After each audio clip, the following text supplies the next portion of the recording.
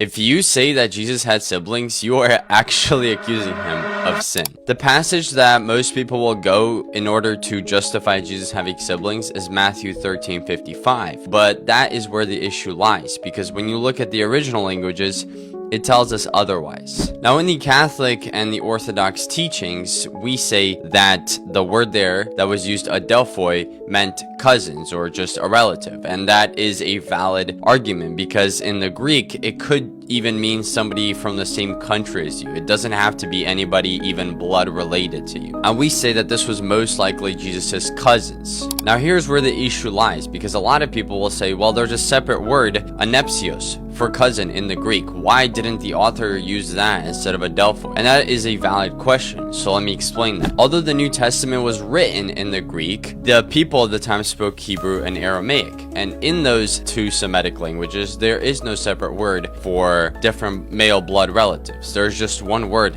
in either of those languages. Aha in the Aramaic and ak in the Hebrew. And this could literally range anything from direct blood brother to just a fellow countryman from the same country as you. And we see this happening all throughout the Bible. Genesis 13:8 between Abraham and Lot. We see this in Genesis 29:15. We see this in Exodus 2:11 when it was talking about Moses, and even in Amos 1:9. And there's plenty more examples of that happening in the Bible. This is a common theme because of the Semitic languages of Aramaic and Hebrew. Now, if that wasn't enough for you to still overcome your willful ignorance, this should. In the Mosaic Law, when the eldest brother died, he would entrust his mother to his younger brother. But that's not what Jesus did on the cross. When Jesus was on the cross, he looked at John, his apostle, and entrusted his mother Mary to John, which means that if Jesus did have a younger brother, he broke the law, meaning that he sinned, and his sacrifice and his entire mission was invalidated by that one sin on the cross. So if you still hold to this position of Jesus having siblings, you are committing willful heresy, and you are treading on a very thin line, because to be honest, I don't even think that you could be saved, because in order to be saved, you have to have faith in Christ, and the Christ that you have faith in doesn't exist, meaning he can't save you. So glory be to Jesus Christ, and God bless.